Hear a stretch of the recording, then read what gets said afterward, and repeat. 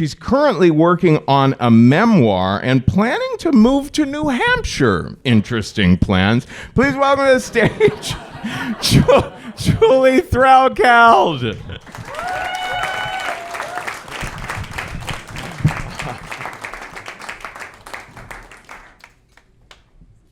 Interesting plan. Hi, I'm Julie. I'll be your B for the evening. So 2008, I was out to dinner with a woman named Beth, who I'd met in a pottery class, a straight woman. She thought I was straight, and I'm not. And I think she thought I was straight because I was talking about my partner, Jonathan, who I'd been with for quite a while.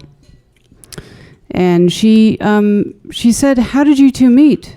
Which is an innocuous question for most people, but for me, it's always represented this crossroads, because I've always had to decide, well, do I tell the safe, sanitized version, which is real short? It's, oh, well, we met on Staten Island, we were neighbors, or do I tell the real version about my backstory, which goes like this.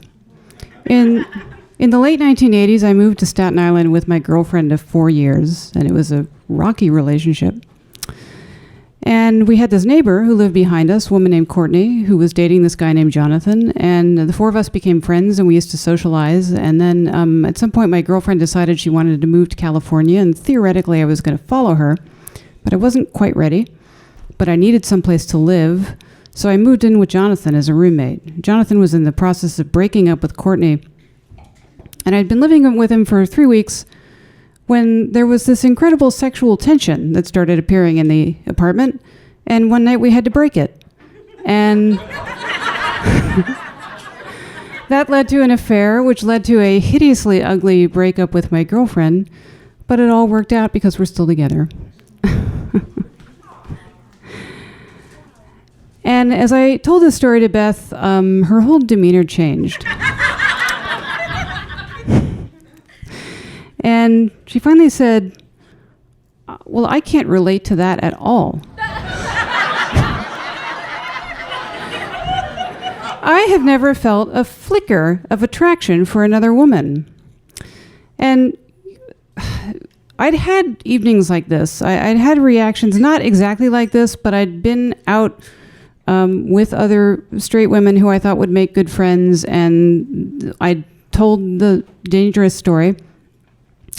And sometimes the reaction had been, they thought I was flirting with them, so they would be interested, and I didn't want that at all. Or there was one woman who sort of saw it as a teaching moment, and so I was there to, talk about the community and, answer questions that I couldn't answer about all bisexuals.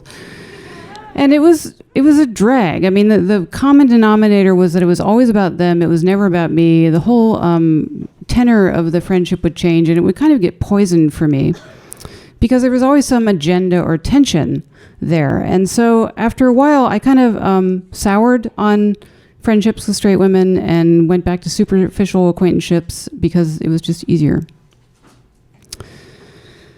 So, 2012, I went out to dinner with a new friend, Jessica, a straight woman, who I'd met through storytelling, which I'd just gotten into. And I had discovered in storytelling that it's a lot easier for me to get up onto a stage in a dark room in front of a bunch of strangers and talk into a microphone about my sexual identity than it is to talk across a table with someone. And the other revelation that I had was that I was up on stage telling all these secrets, and all these other storytellers were up on stage telling all these secrets. And when it came to making friends with each other, this was an enormously streamlined, convenient way to make friends, because we already knew all this stuff about each other, and there was already this foundation of trust established. So that's kind of where I was with Jessica. I didn't know her that well, but I was out to dinner with her, and I was just about to, dig into my macaroni and cheese, because at that point I needed food that was comfort food for these conversations. And I could feel a question coming on, and I realized she'd heard me tell stories about being a lesbian, and she'd heard me talk about Jonathan, but she'd never actually heard me declare what I was. So her question was, so you're in a heterosexual relationship but you define yourself as a lesbian? And I said, no, that would be ridiculous.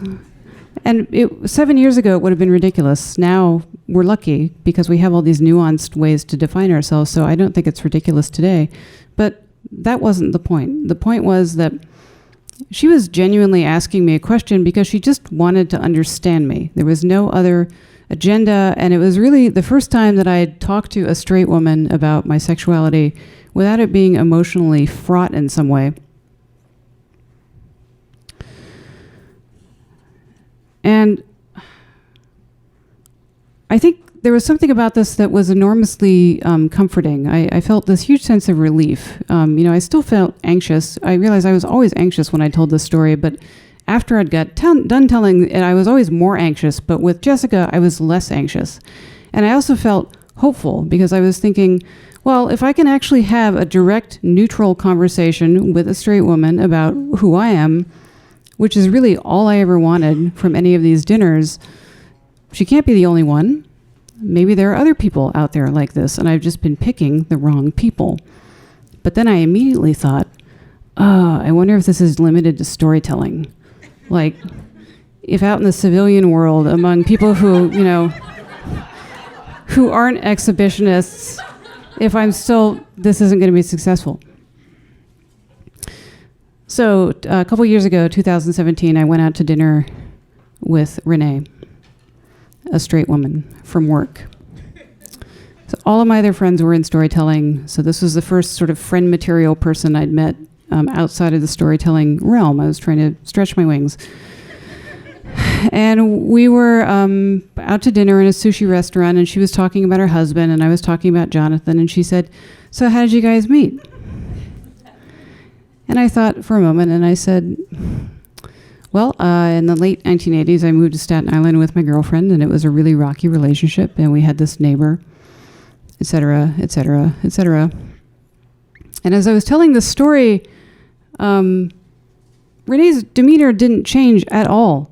She was like looking straight at me, but not revealing anything, except at some point when I got deeper into the story, she began to nod her head very slowly.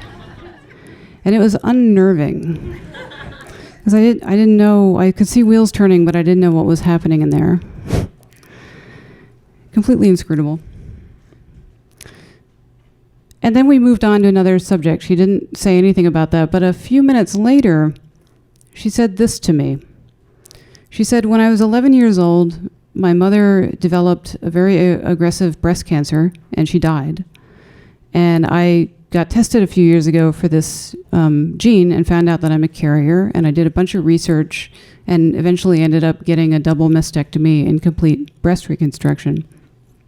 And I still worry about getting other kinds of cancer, but that's where I am. And I was so not expecting this that I said, I don't know what to say. And I watched Renee's entire demeanor change, and she couldn't meet my eye, and she started to close herself off. And I thought, oh, that was the wrong thing to say. And we wrapped up dinner and paid and said goodnight. And on the whole drive home, I was thinking, Jesus Christ, Julie, you really fucked that up. And of course, there were things I wanted to say, but I didn't think about the perfect thing to say until literally 2 hours later when I was walking upstairs on my way to bed, and I thought, this is what I should have said. Renee, I am so honored that you told me this, and I'm so amazed at your maturity and courage in facing this problem and not letting it impact your life or define it. And I'm really grateful that you trusted me with this information. As it turns out, it didn't matter that I didn't say that night or at any other time, because we went on to share other things with each other and establish trust and make a friendship, and it was all fine. But I always really regretted that I hadn't had a chance to say that then, and it never felt right to bring it up later. And I think sometimes you get second chances. And so a couple weeks ago, I knew that I was going to be in this show. And even though I'm not using a real name, I thought, well, I should share a draft of this story with her. So I sent it to her, and then we had this email exchange in which we were both transported back to that night in this sushi restaurant where I'm sitting on my side of the table and I just shared something that's really scary and which has not turned out well in the past. And I'm sitting there and she's looking at me and I can't figure out what she's thinking. And over on her side of the table, she's thinking, oh, bye. Okay. And then she's thinking, Julie didn't have to tell me all this. I mean, Julie could have just told me she was with a man and I never would have been the wiser. And she could have done the thing that was socially and culturally easier for her, but she decided to tell me this. Julie is an authentic person. And I think anyone who shares something that potentially vulnerable deserves authenticity in return. So I think what was most eye-opening to me about this experience is that the thing I was most afraid of revealing to her was so inconsequential that it wasn't even what she saw. These surface facts about ourselves aren't important to the people who become important to us, meaning intimacy, I don't think is about sharing facts. I think it's about being seen. And the right people just know where to look. Thanks.